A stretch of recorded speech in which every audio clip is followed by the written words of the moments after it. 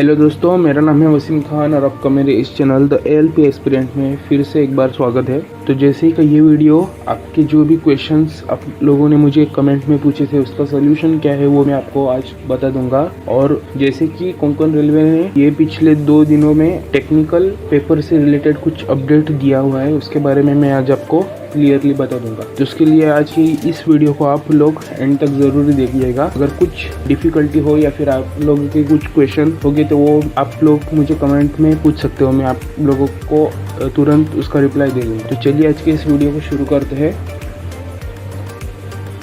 जैसे कि बहुत लोगों का क्वेश्चंस थे, मैं आपको दिखा दूँ। जैसे कि आप लोग देख सकते हो, फर्स्ट क्वेश्चन था सर में फॉर्म में एडिटिंग नहीं होती फिर क्या करें, एटलीस्ट 1 टाइम चेंज अलाउ होना चाहिए। मैंने कोंकण रेलवे को मेल सेंड किया हुआ है कि आप लोग एक बार करेक्शन के लिए विंडो ओपन कर दीजिए, एक चांस करेक्शन के लिए दे दीजिए।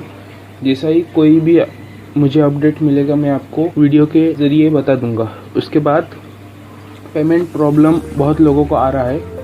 जैसे आप लोग अगर क्रेडिट कार्ड या फिर डेबिट कार्ड से पेमेंट कर रहे हो तो उसके लिए मुझे भी एप्लीकेशन फॉर्म की पेमेंट करते वक्त प्रॉब्लम बहुत बार आया था। तो इसके लिए आप लोग अपना जो भी डाटा है एप्लीकेशन भरते वक्त का जो भी आप लोग का डाटा है वो आप लोग पहले तो सेव कर लीजिएगा। उसके बाद आप लोग वो पेज लॉग आउट कर लीजिए।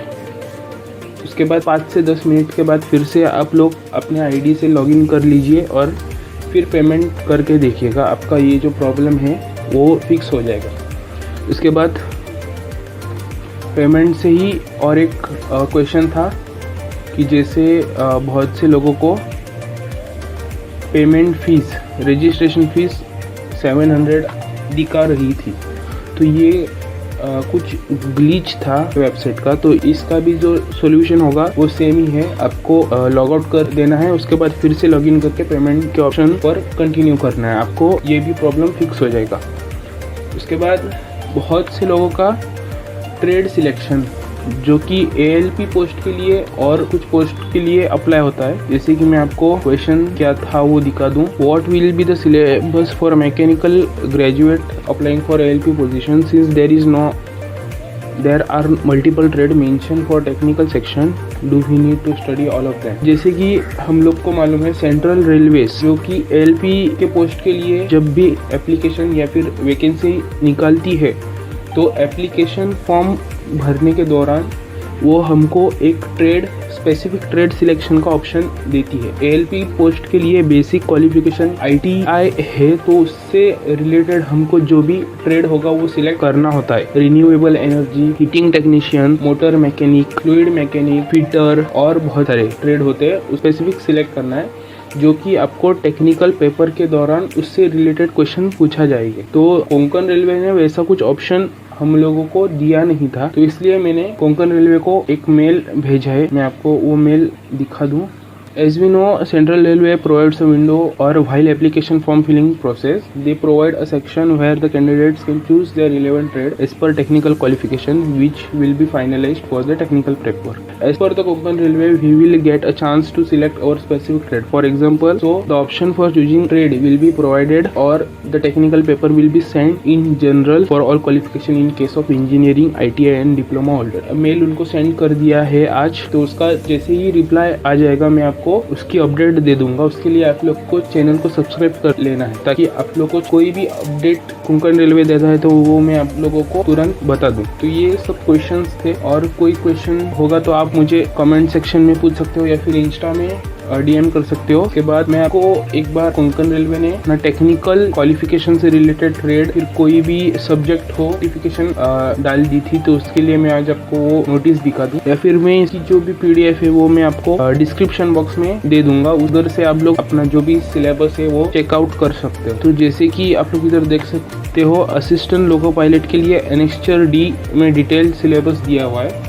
अगर आप सीनियर सेक्शन के लिए अप्लाई करते हो, सीनियर सेक्शन इलेक्ट्रिकल इंजीनियर या फिर टेक्नीशियन में अप्लाई करे हो, तो उसका डिटेल सिलेबस आप लोग उस रिलेटेड एनेक्स्चर में जाके चेकआउट कर सकते हो। तो आज मैं असिस्टेंट लोको पायलट के लिए सिलेबस दिखा दूंगा, उसके लिए ये सब सिलेबस दिया हुआ है। तो जैसे कि आप लोग अपने डिप्लोमा या फिर ITI या फिर डिग्री में सिखाया जाता है, वो बेसिकली वो सब ही सब्जेक्ट इधर मेंशन है, जैसे engineering drawing, projection views, drawing instrument, line geometry, figure, symbolic representation. अगर आप लोग मैकेनिकल इंजीनियरिंग से रिलेटेड हो तो ये सब्जेक्ट आपको बहुत अच्छे से पता होगा। बेसिकली ये सब्जेक्ट मैकेनिकल इंजीनियरिंग डिप्लोमा वालों को 3 सेमेस्टर रहता है। उसके बाद होगा unit, measurement, mass, weight and density. ये फिजिक्स का हो गया या फिर इंजीनियरिंग साइंस का कुछ टर्म्स हो गए। Work, energy, power, speed and velocity, heat and temperature, basic electrical level के बाद basic concept, circuit law, magnetic circuit, ये सब बेसिक इलेक्ट्रिकल इंजीनियरिंग में आता है। के बाद measurement and measuring instrument, electrical mechanics, synchronous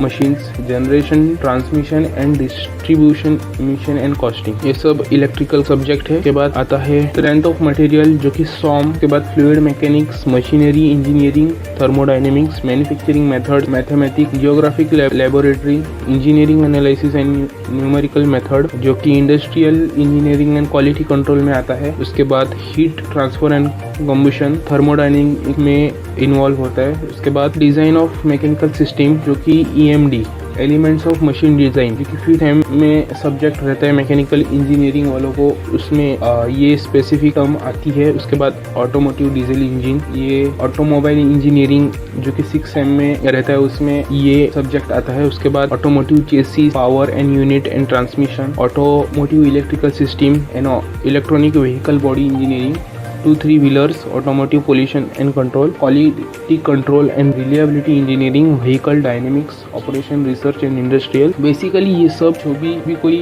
terms या फिर क्वालिफिकेशन से रिलेटेड सिलेबस है, ये आपको अच्छे तरीके से इंट्रोड्यूस किया गया है आपके क्वालिफिकेशन के दौरान।